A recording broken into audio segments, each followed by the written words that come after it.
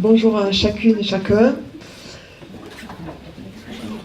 Alors je vais commencer par un schéma que peut-être j'ai déjà fait ici ou dans d'autres lieux.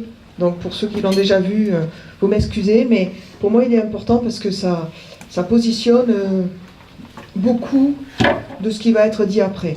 Voilà, et ça permet de comprendre le lien finalement qui nous rattache au peuple juif. Donc je vais faire ce schéma, je vais l'expliquer en même temps.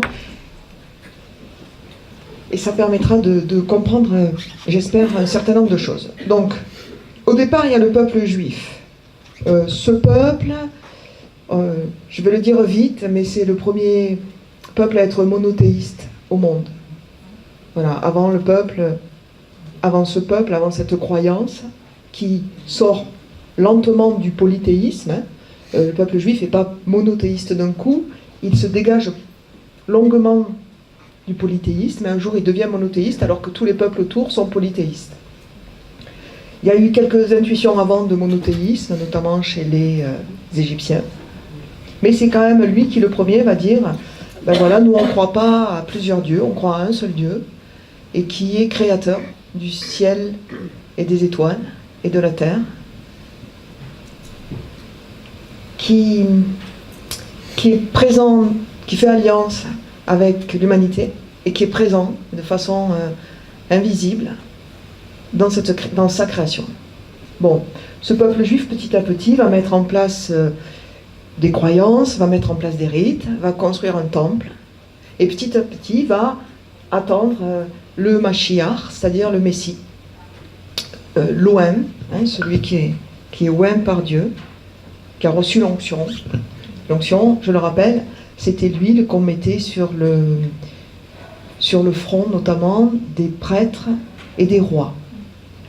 Voilà. Et donc, ils se mettent à attendre le Mashiach, le Messie, celui qui va être loin, en français ça sonne bizarre, loin de Dieu. Bon.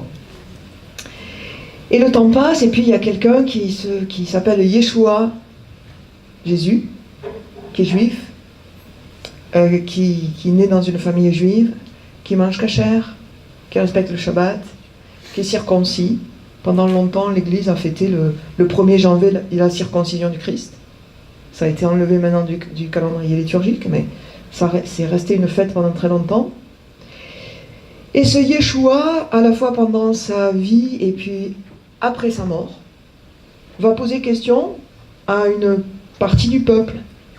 Et ce peuple va se dire, est-ce que c'est lui le Mashiach? Est-ce que c'est lui qu'on attend? Il y a une grosse partie qui va dire non. Jésus, c'est pas le Mashiach. C'est juste un rabbin un peu original. Mais c'est pas le Mashiach. Ces gens-là vont rester juifs. Ce sont les juifs aujourd'hui.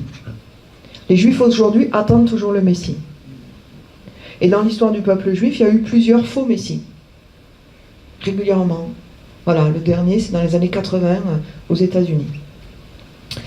Et puis, il va y avoir des juifs qui vont dire, oui, Jésus, c'est bien le Mashiach, et on va les appeler les judéo-chrétiens. Pourquoi judéo-chrétiens? Parce que ils sont tous juifs, chrétiens, parce que, en fait, Christ, c'est Mashiach, mais en grec.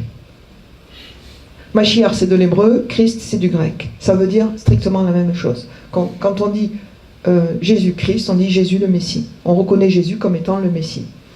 Les judéo-chrétiens, ils ne vont pas du tout créer une autre religion. Et vous ne pouvez pas lire dans l'Évangile la création d'une autre religion. C'est très difficile. Mais donc ils vont continuer à aller à la synagogue, ils vont continuer à aller au temple. Vous lisez les Actes des Apôtres, c'est ce qu'on vous raconte. Ils étaient assidus, etc., etc. Et en parallèle, ils vont commencer finalement à partager le repas comme Jésus le leur a demandé, et puis à travailler les enseignements du Christ. Mais il n'y a pas deux religions. Qu'est-ce qui va se passer pour qu'il y ait deux religions? Il va y avoir en 70 la chute du temple. Donc les Romains vont détruire le temple de Jérusalem. Et comme c'était un lieu central pour les sacrifices, et on va le voir pour la Pâque juive,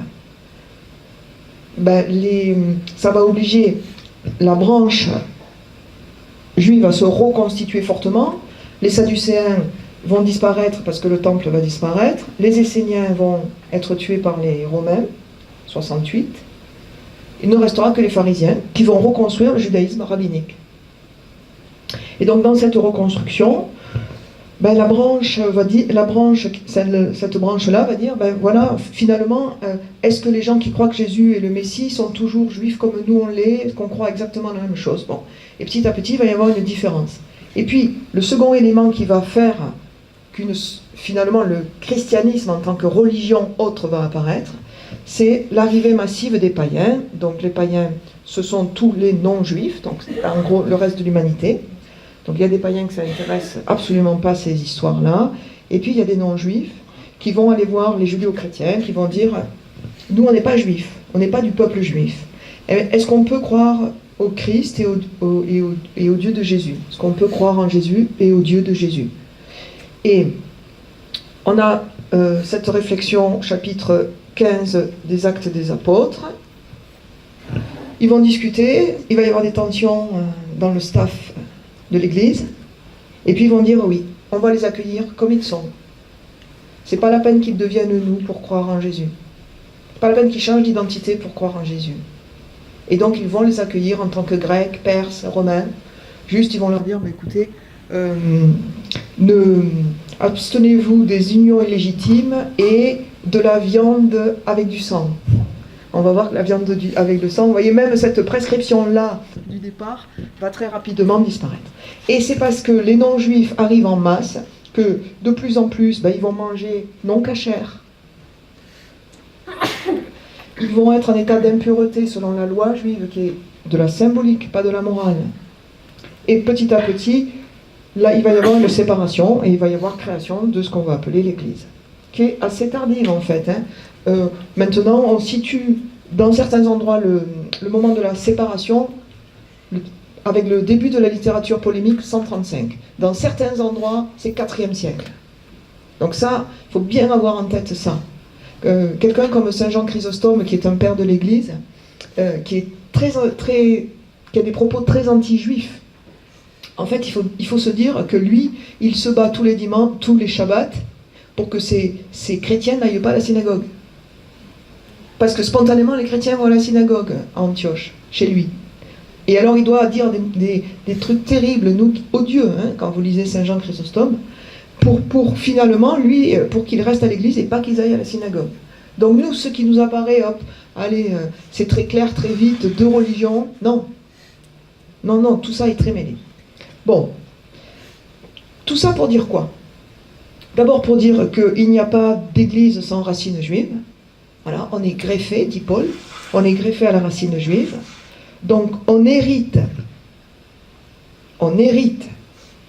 de tout ce qui précède, on hérite via Jésus, par adoption, de tout ce qui précède.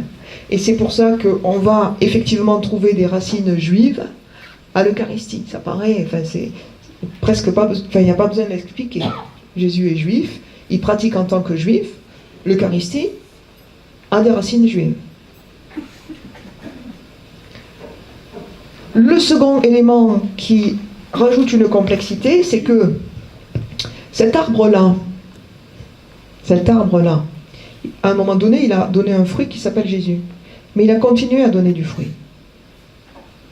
Et quand on est chrétien, généralement, on ne connaît pas les autres fruits de cet arbre. On s'intéresse à notre fruit à nous, qui est le Christ. Mais dans la logique des religions, le judaïsme, il s'est reconstruit après la chute du temple. Il a donné la religion juive basée sur le rabbinat. Et cette tradition-là a continué à vivre de la Bible. Et tout spécialement pour Pessah, pour le Seder. Alors, pour Pessah c'est la Pâque juive. Quand le temple existait, les Juifs allaient au temple sacrifier l'agneau, comme c'est marqué en Exode 12. À partir du moment où en 70, les Romains détruisent le temple, cette branche-là va réinventer une façon de pratiquer Pessah, de vivre la Pâque juive. Donc, ça nous intéresse parce que la façon dont ils ont vécu de leurs racines, ça dit quelque chose de la racine. Quand les Juifs, après 70, inventent un repas qu'on va appeler le Seder, et sur lequel vous allez travailler, inventent un repas pour revivre le passage de Dieu pour la sortie d'Égypte, plutôt que de faire le sacrifice qu'ils ne peuvent plus faire, ça dit des choses déjà d'une tradition orale qui existait déjà à l'époque du Christ. Mais comme c'est de la tradition orale, on ne sait jamais si ce que vivent les Juifs, c'était déjà en place au moment de Jésus, ou si ça a été créé après, ou si c'est un mélange des deux. Et donc il faut être extrêmement prudent quand on travaille sur le judaïsme, parce qu'on ne sait pas si, dans ce que les Juifs pratiquent aujourd'hui, c'était déjà en place là, ou si ça a été créé là, et n'était pas en place au moment de Jésus. Voilà. Donc ça, il y a une certaine déontologie à avoir, mais c'est indémêlable. Donc, de toute manière, ce qui se passe sur cette branche-là, en tant que chrétien, moi, il me semble, doit nous intéresser. Parce que c'est issu de la même racine que nous. Voilà. Donc, comment ne pas s'intéresser à la famille? Donc, ce qu'on fait là, c'est pas du dialogue interreligieux, presque. Hein. C'est aussi du dialogue interreligieux, mais c'est surtout, c'est le pape, je ne sais plus lequel, c'est François, qui dit c'est du dialogue intra-religieux.